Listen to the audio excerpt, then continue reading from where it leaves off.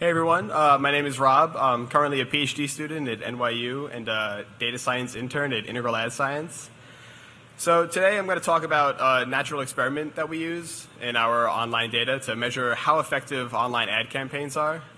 So we're going to use advertising as a use case, but we'll explore other ways in which it can be used in other domains outside of advertising. So the question we're trying to answer and that many advertisers might ask is, do online ads actually do anything? So they're spending $100+ billion a year, and I think as of 2 years ago, the spend on digital ads finally surpassed the spend on print ads. So I mean, they're dumping tons of money into online ads, and the hope is, we spend all this money, but maybe we can serve better ads because we're doing it online, right? We may be able to target users better. We might be able to find users who are more likely to buy, whereas in print advertising, you kind of target a whole demographic, a whole household, really.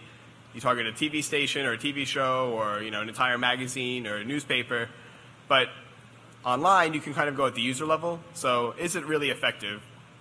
Now, we all see tons of these every day, right? Dozens and dozens of them. Maybe you don't even realize you're seeing them.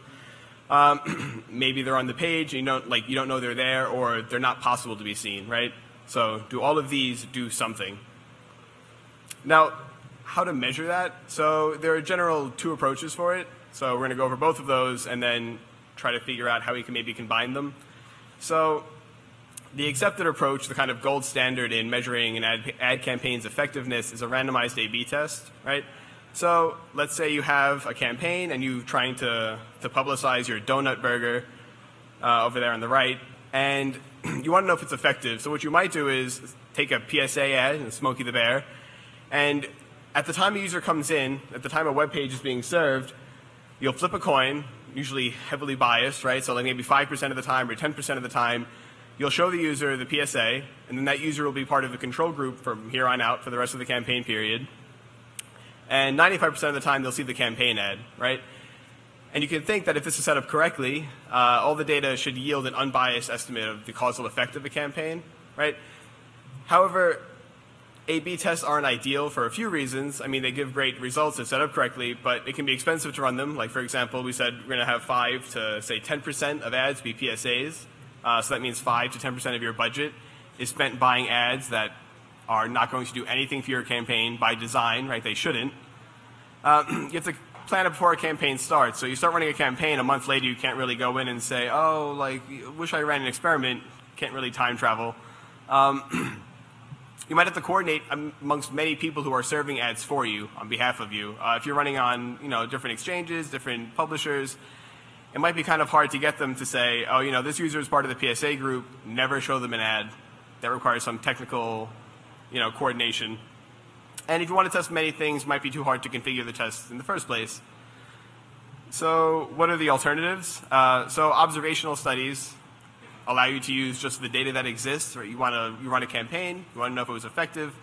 So what you might do is have the campaign run for a month or however long it is, and then in the end, collect all of that data and try to tell if it was effective. You can probably see where this is going to go, horribly wrong.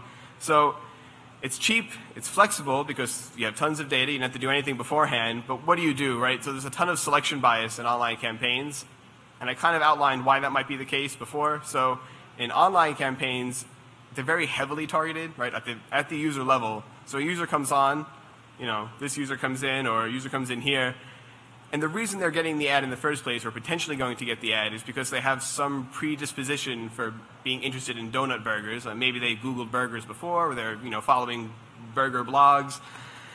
So how do you overcome the selection bias? So like I just said, they're targeted for many, many reasons. And we're going to look at that in a different view.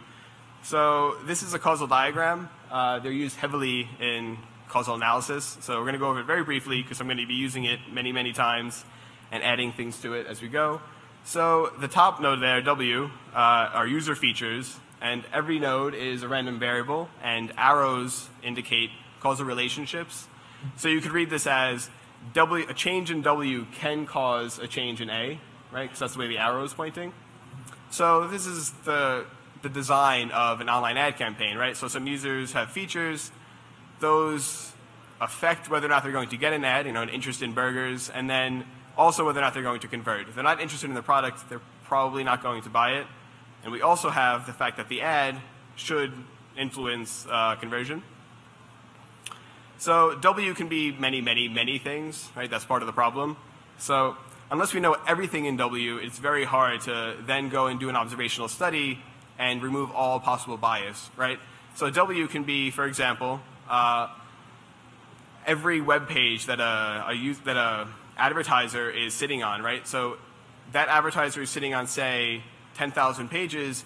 They know if some user they're going to serve an ad to has been on any of those 10,000 pages. So they might use some massive domain matrix as one of the features. They might use geographical location, other proxies for user interest, for user income, things like that. So unless we know all of these, which is highly unlikely, especially because many of them will not tell you what they're doing, and there might be many different players who are all using different Ws. So it's very hard to know all of those Ws. So what do we do? So we're going to try to introduce a natural experiment, which naturally occurs in online advertising. So it turns out that many ads online just aren't seen for a variety of reasons. The main reason is web pages are designed in different ways. So ads might be generally at the top or on the side or on the bottom, or they might vary depending on how long the content on the page is, right? If a news story has an ad halfway through, that halfway through point might be much longer for some stories as opposed to others. And they might always be at the bottom or on the side or always on the top. And sometimes when ads are being served, the person who is buying the ad placement doesn't even know where on the page they're buying it for, right? They might just be buying it for a domain name and for a particular user, but they don't actually know the space they're going to get. They might know the size, and you might be able to argue that they'd be able to figure out where on the page they're going to go, but they don't always know. So there are other reasons. For example, tabs can be hidden. I know personally I'll go on to, say, Reddit, open up 20 different news stories, and then close my browser and never actually look at them. So you queue up a ton of things, or you might open up a hidden window, or have two windows all hiding behind each other, and you might just never go to that window. Users might leave the page before it finishes loading, so the ad was served, but the actual piece of content on the page where the ad should be just never gets served. So for example, here's viewability. So this is one of the main reasons we see for ads not being viewed is they get served way, way down on the page, right? So here is what you would normally see page size-wise for a normal browser window. And here's where the ad actually gets served. So unless I go to the bottom of the story, I'm not going to really see that ad. So here's a collection over, I believe, a day of ads. So it's a heat map showing the density in ad placement. The red box is a median browser window. So you'll see that there is a large, you have the top banner ads, which you would expect. You have a lot of kind of content on the side there. There's some very predominant bottom banner ad down there below the fold. And the very, very far right plot is the proportion of ads and the Y position on the page in which they're served. So about half of ads are served above the fold, and about another half are served below the fold. And this kind of levels off. Okay, so how does viewability actually come into play? Well, an ad can't actually have an effect. Sure, it has to be served, but it can't actually cause you to do anything unless you actually know it exists, right? You have to register it to some extent, and the ad has to be viewable for that to happen. So we can insert another node here in between serving ads and converting. So, sorry about that. So we're going to use viewability now to define our treatment, right? Whereas before treatment was A is equal to 1 if the user gets served an ad, and Y and 0 if they don't. Now we have V is equal to 1 if the user actually viewed the ad, and 0 if it's not. And here we define viewability as an ad being more than 50% in a viewable portion of the browser window, meaning it could be seen for at least a second. So that can vary, but we're going to fix it there for now. And here's how we're going to approach the problem. So users will get many, many ads potentially from different campaigns, and we're going to look for ads in some analysis period, say a month. And for a user's campaign ad, we'll define it as either viewable or not, as we just explained, and that will define if the user is treated or not. Now, a user can have a few ads. We make the assumption that ads are independent, which they're not, but we're going to go with that for now. So a user gets treated or not treated, and then we open up a 7-day analysis window for that ad and we look to see if the user converts. So on the top there, you have the treated guy who's defined by his red viewable ad, and a little while later in the 7-day window, he finally converts. The untreated user did not convert. He just had some other events in that window. And what we're trying to estimate is the lift. So here, we're going to just compare users who had a viewable ad to users who did not. So we're just empirically counting up what is the probability of conversion for both of those sets, and we're going to calculate lift. So what are we going to actually look at? We're going to look at 7 different campaigns that come from a variety of industries: auto insurance, makeup, finance, online games. They have varying amounts of impressions, so from a few million to tens of millions. This is over about a 2-week window, and they vary in about 2,000 to 2 million conversions, so kind of all over the place. We're going to look at just these 7, but we've tested it on quite a few more, and then we're going to really just focus down onto one of them. But the results generally hold across campaigns in a variety of industries. So here's what we have. There are 7 campaigns here from those industries we just talked about, and the gray bar is the calculated lift if you were to compare users who got an ad to users who did not. So this is the A as a treatment, right? They're just getting served an ad. Now, as we explained, users get served an ad for a particular reason, usually because they're going to convert anyway. So you might note that the y-axis is on a log scale. So those lifts are kind of insane. I highly doubt that if you showed that to the company you're doing marketing for, that they would really believe you that the video game ads had 100 times, made you 100 times more likely to buy, right? Probably not true. The little blue bars down there are what you get when you do the viewability as a treatment, so the V equals to 1 or 0. So great. We saw some decrease in lift, but how do we know that that's enough of a decrease? Or maybe we're actually underestimating it, and it should be a lot higher. Where should they go? How far should they go? So we don't know the true answer because we're not running an A/B test to compare it to. Don't even know if that would be the correct answer. So where do we go? So we're going to, as I mentioned, we have a ton of data, right? We had a ton of campaigns. We're looking at 7, but we have many, many more events. So we're going to use negative controls. And here we know the answer, right? Like a video game ad should not cause you to buy a car or not cause you to buy makeup. So viewing that ad should have no effect on a ton of different events that we measure. So here, if we test across a variety of these, we should hope that we'll get 0 for all of them, right? A 0 size effect, a 0 lift. So what does that look like? We just introduce one more node. This is the last one. Oh, second to last one. So here, just W, just the features of the user should affect whether or not they have this outcome. Viewing the ad and serving the ad should have no influence. So like I said, we're going to focus on just one campaign here. So the graph is a little different from before. These aren't the 7. The leftmost little darker gray box is campaign B's lift that we saw before. And the 10 other B's, the B minuses, are the negative event. So the event that is unrelated to the impressions in campaign B. So you might notice that some of them have pretty substantial lifts, which isn't great. So how do we fix that? And the reason that they could possibly be having an effect is because we might not be accounting for all of the confounders that might affect viewability and conversion, right? So there might be another node. So here we go, last one.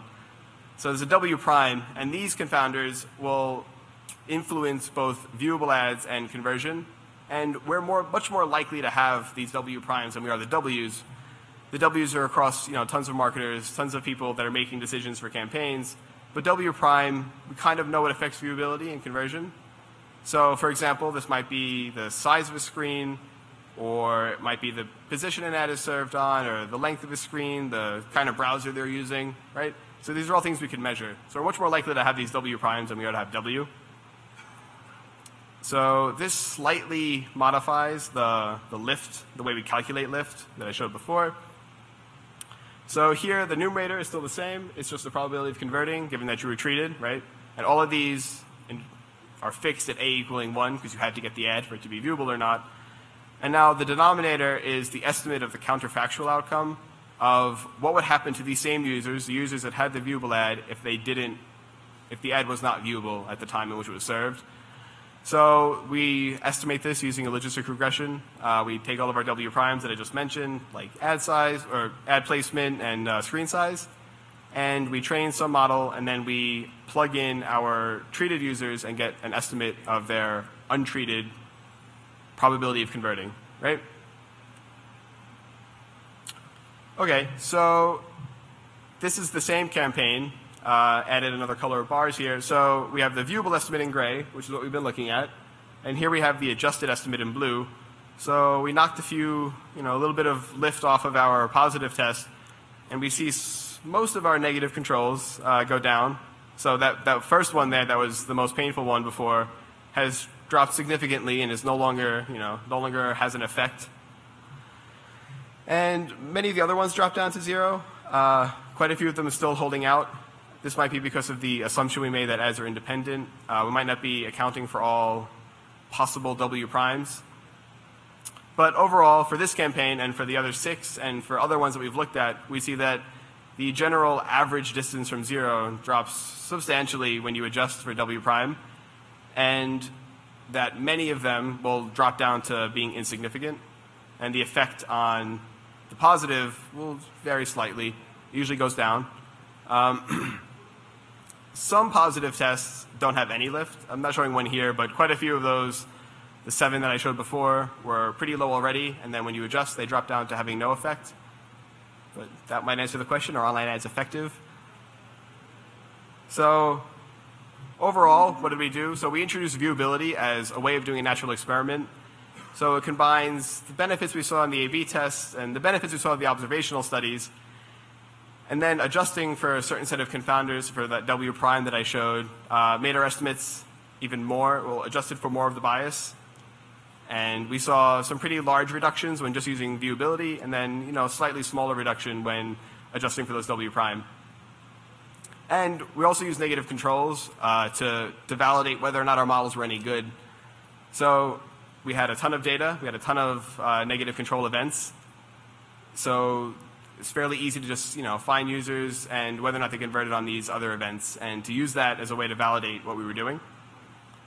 And you can definitely think of ways in which this can be used in other domains. So we're using it here in just ad viewability, but viewability isn't just for ads.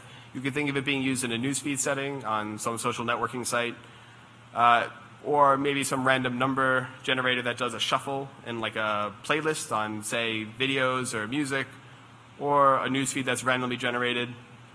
Winning a bid in a real-time bidding system in which ads are served. If you win the bid, you would be part of the treatment group, and then if you didn't win the bid for some random reason, just because someone might have outbid you by a penny or someone else was in the auction that usually isn't there, then that could be the control group.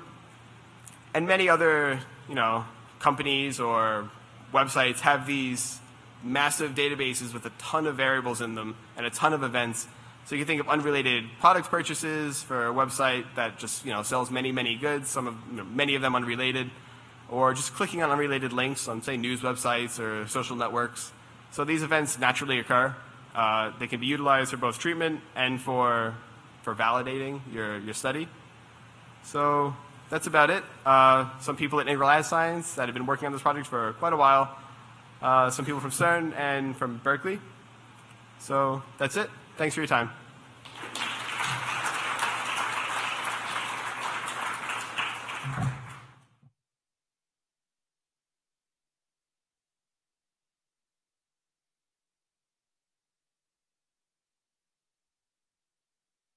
So the brave one.